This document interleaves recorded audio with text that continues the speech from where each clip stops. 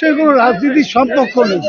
এটা হচ্ছে মানে অন্ধ বা কি বলে ধর্মান্ধতার দিকে দেশকে নিয়ে যাওয়ার চেষ্টা হচ্ছে।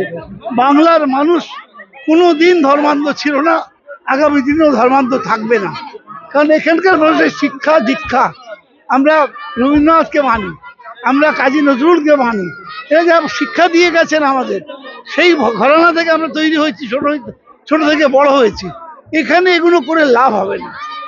কেউ কেউ 1 লক্ষ কোরআন পাঠ করবেন, কেউ 5 লক্ষ গীতা পাঠ করবেন। এগুলো কে পেটে ভাত দিচ্ছেন বড় কথা, কে স্বাস্থ্যসাথী কার্ড দিচ্ছেন বড় কথা, কে লক্ষ্মীর ভান্ডার দিচ্ছেন সেটা বড় কথা।